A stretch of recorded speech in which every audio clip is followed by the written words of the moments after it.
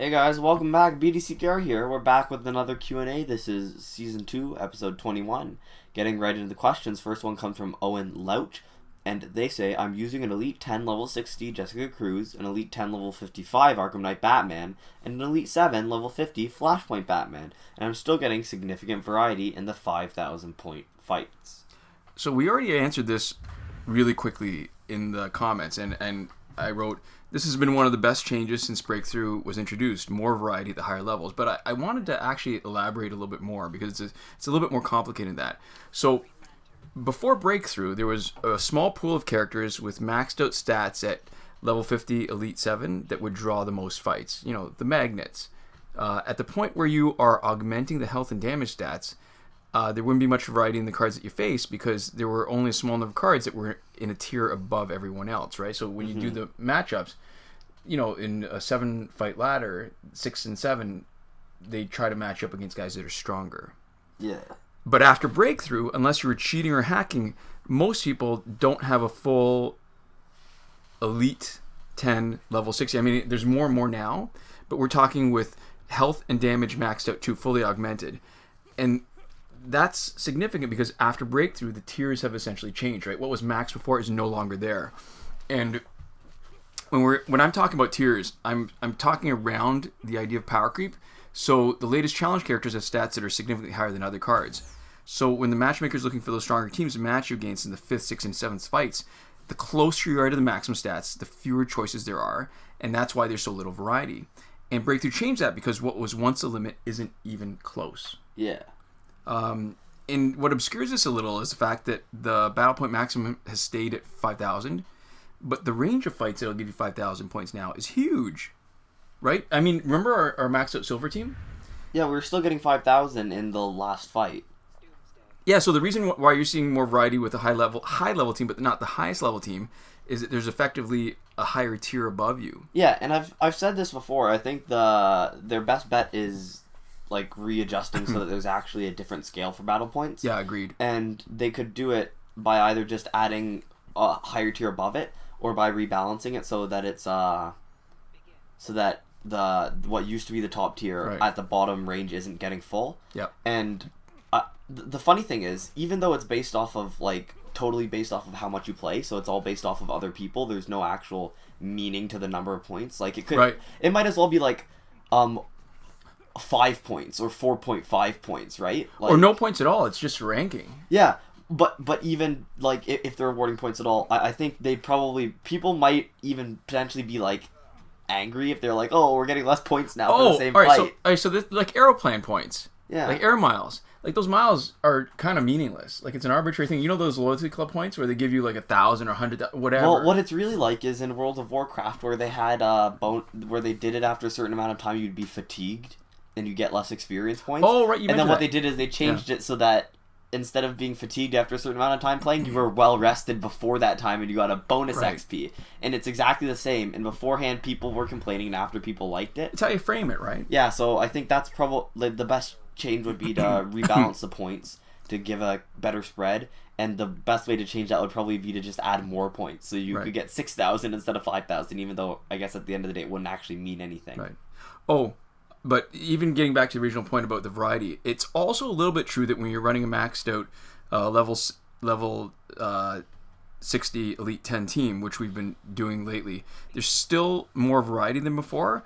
And I've been playing around with a fully maxed out team of Arkham Knight Batman, Injustice 2 Superman, and Flashpoint Batman, and we're actually seeing a lot of the same guys, but slightly more variety than before. And it's hard to tell if that variety is due to hacking. Because there's a few teams that seem to be triggering more defensive battles, and we know that there's at least some hacking on those teams because not only are some of them carrying Astro Harness, which is not released yet, but some of them are carrying it on all 3 team members. And they've had power bars on Special 2 removed to force them to do Special 1 to the advantage of the way the team is built. So we'll probably have a video up showing fighting some of those teams. And they're actually, even despite not having the highest stat characters, they're actually in the 6th and 7th fights. Yeah. So that's that. The next question comes from Michael Braddick.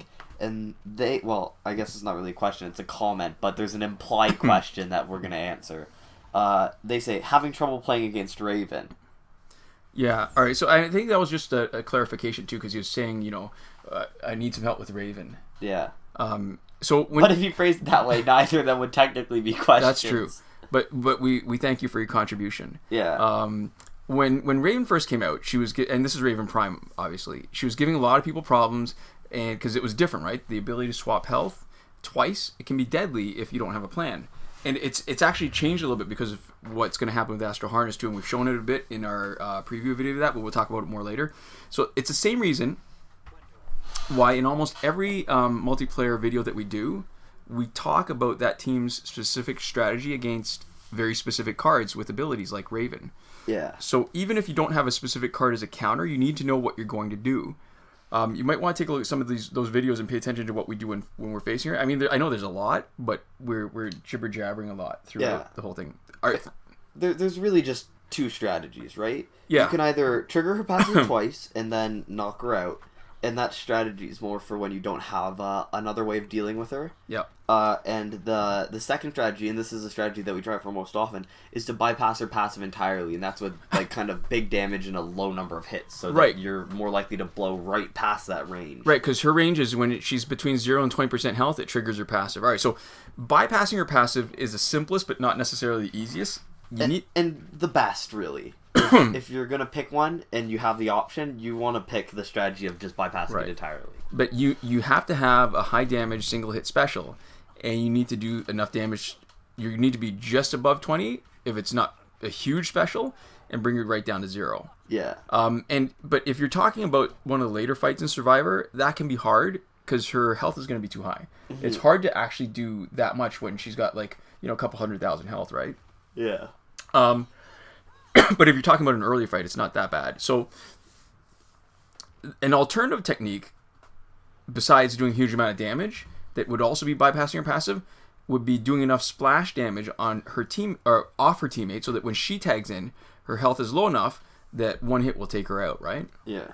And so the key is that you're not doing any damage over time that carries over. So if you knock out her teammate to bring her in, or if you have Lexicor Gear Set, which does damage over time automatically, then you're kind of screwing yourself. Yeah. So one last way actually to bypass her passive is to have your health so low that it doesn't trigger. So if her health stays higher than yours, until the moment you knock her out, you're not going to swap. Yeah. And this can be a little tricky because one small mistake, if you leave your health too low, means your guy's knocked out and then you bring in somebody else with too much health. Yeah, and that's not necessarily a strategy more than it is something that just happens every once in a while that you can capitalize on when it happens. I'll argue though that with say Elseworld Flash, it actually works to trigger his passive. Yeah, it's actually not too bad.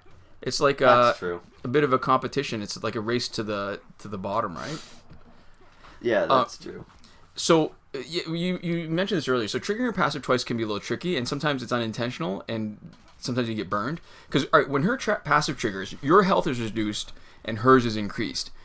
And for me, when I'm fighting, reducing my health never seems nearly as big a problem as increasing hers, because the fight just drags on further. Right? I'm actually okay with running a little bit low and riding that sort of edge. Yeah. Of danger. So you'll want to trigger her passive when you are not at maximum health. And taking a bit of damage first means that when she swaps, it doesn't take too long to bring her down again, so it's not like that drawn-out fight, because the longer it draws out, the more power is generated by her or her teammates. Mm-hmm. And so if you're going to do this, you might want to use someone that you can juggle with really well, like Reverse Flash, so that when you trigger it and you got low health, you're not vulnerable. Or use a really high damage multi-hit special. Like one thing I remember that was really good was Arkham Origins Deathstrokes, his special 2. Oh, yeah. So, even when she's starting at full health, you can trigger her passive twice and still knock her out. Mm-hmm. Now, one thing that other people try that I'm not a great fan of is healing yourself after you trigger a passive. It just makes the fight drag on, and that's also more potential for her and her teammates to generate more power. Mm-hmm. So, it's safer to do this, obviously, when she's the last one standing. But if she's not, it's hard to stall her long enough, because she can do a decent amount of damage potentially, right? Mm-hmm. Oh, and you also don't want to trigger a passive when she has any bars of power, because she's got a really decent chance of dropping a special on you right after the swap, unless your juggle is that good Or you can do a quick tagging with somebody else who's got bars and can drop a special on her instead. And the good news is, if you're about to swap anyways, you like swap health anyways, you can let her hit you with a special just by holding block and actually That's true. make it less appetizing, make the swap less useful, right? Yeah. So it kind of serves double duty as long as you don't get knocked out. All right, so now the problem we're going to see now, once Astro Harness is out, and we sort of got a taste of that in the video where we were abusing Arkham Origins Batman just to show you the effect of the Astro Harness. She's going to be a lot more difficult. The Astro Harness takes up one slot, and so she's got more room for offensive gears. And if you try to trigger her passive twice, it gives her the chance to interrupt your special combo with her invulnerability at 100%, 50%, and 10% health. Yeah. And if you try to bypass her passive, that extra 75% chance of power shield, which is basically the same as reviving, right? Mm-hmm. Means that it's so much harder to just go past it. She's just going to come back, and if you have any damage over time, or if you touch her again, then it's going to trigger right away. Yeah.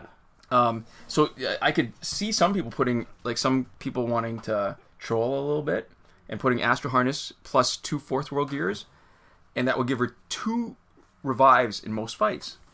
So yeah, she's going to be more of a pain than before. Which would be not great, but I guess as always we just have to figure out a way to deal with it. Yeah. So that's going to be interesting. So yeah, we've got one more fight left. Moving up onto the last one here. All right, championship round. Who we got? Oh, there's Raven. Perfect. What has she got? Any health augmentations? All right, Gauntlets is the health augmentation. So she's going to be closer to 100 than 72, I think. I can't remember how much Gauntlets give you. So 20% is going to be about 20,000. All right, so I guess we're going to trigger her passive twice. I mean, this team is built for that, right? Like, we can either trigger it twice. I think Ultimate Flash is perfect for that, because if we go low enough, it's going to trigger his passive. Yeah. But Containment Doomsday is also good, because if it triggers, it might take your health, and she might be up, but it's only a smaller fraction of his, right? Because he's got so many revives himself, so it's only a portion of his effective health. Oh, perfect. Hopefully we can just get her. Right, so we're low. Let's trigger it. We don't care.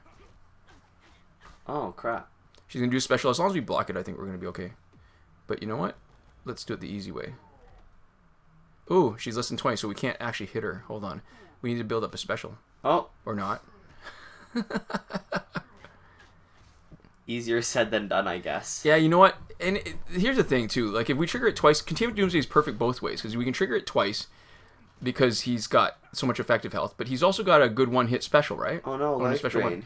Raven's getting healed. Oh, yeah, that is a bit of pain.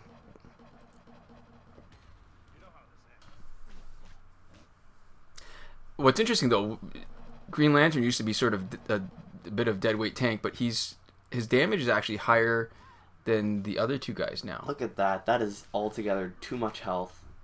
Passive's already triggered twice, though, so... Oh, you know, honestly, I wasn't paying attention. Yep, yeah, for sure. It has been.